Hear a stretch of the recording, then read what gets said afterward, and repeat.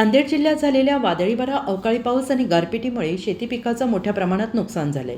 गारपीट आणि वादळी वाऱ्यामुळे अर्धापूर तालुक्यातील केळी, आंबा यासह फळबागांचं प्रचंड नुकसान झालं आहे. अवकाळी पावसामुळे नुकसान झालेल्या शेतकऱ्यांना तात्काळ आर्थिक मदत देण्याची मागणी स्वाभिमानी शेतकरी संघटनेचे नेते राजू शेट्टी यांनी केली आहे.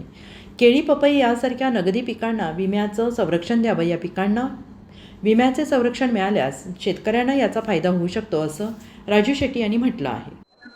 साहेब, संपूर्ण महाराष्ट्रातील सध्या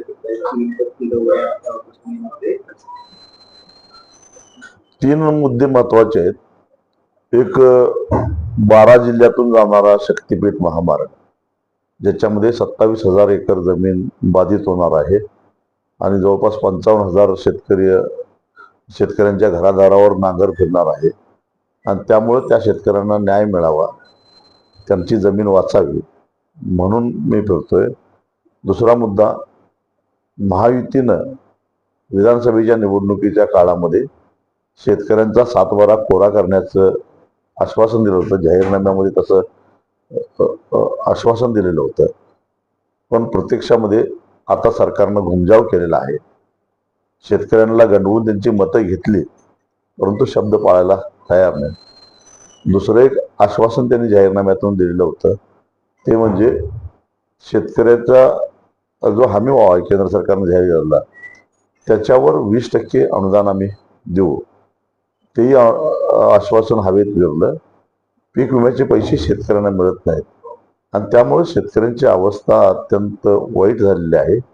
कालच केंद्रीय कृषी मंत्र्यांनी लोकसभेमध्ये सांगितलं की महाराष्ट्रामध्ये शेतकऱ्यांचं उत्पन्न हे शेतमजुरापेक्षाही कमी झालेलं आहे. खरं तर याची लाज वाटली पाहिजे आणि त्यामुळं देशामध्ये सर्वाधिक आत्महत्या ह्या महाराष्ट्रामध्ये होत आहेत.